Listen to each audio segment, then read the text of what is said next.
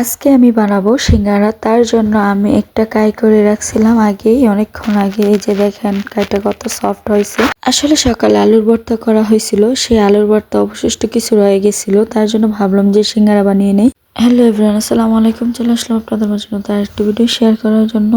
যেহেতু সিঙ্গারা বানাবো তার জন্য আলুর ভর্তাটাতে একটু ঝোল দিয়ে দিলাম হাঁসের মাংস, যাতে একটু ঝাল ঝাল লাগে। তার জন্য চুলার মধ্যে দিয়ে গরম করে নিছি। যে গরম করা হয়ে গেল, এদিকে যেহেতু আগে থেকে আমার কাইটা করা ছিল, তার জন্য এই যে আমি আস্তে আস্তে বানিয়ে নিলাম অনেকগুলা।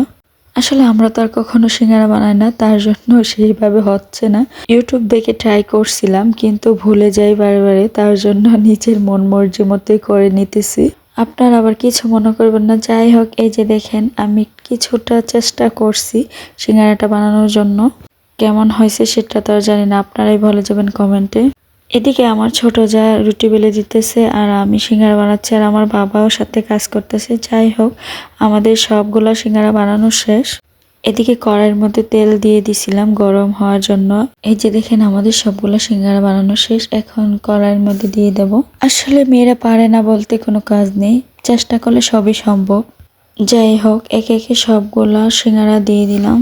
এখন মিডিয়াম আঁচে রেখে ভালোভাবে ভেজে নেব। আমার ছেলে মেয়েরা তো মহা খুশি, সিঙ্গারা বানানো হচ্ছে ঘরের মধ্যে। আমার মেয়ে এবং আমার বোনের মেয়ে তো অনেক আনন্দ করতেছে। ফাইনালি আমাদের সিঙ্গারা ভাজা শেষ। এই যে এখন বাচ্চাদের দিয়ে দেব, আরেক কড়াই হবে, সেগুলো ভেজে নেব।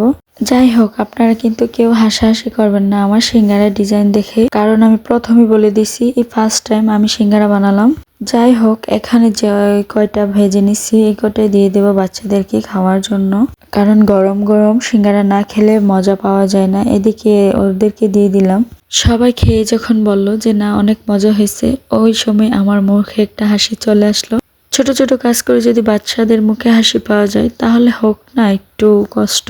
যাই হোক, আমার ভিডিওটি কেমন হয়েছে অবশ্যই আপনারা কমেন্টে বলে যান। আল্লাহ হাফেজ।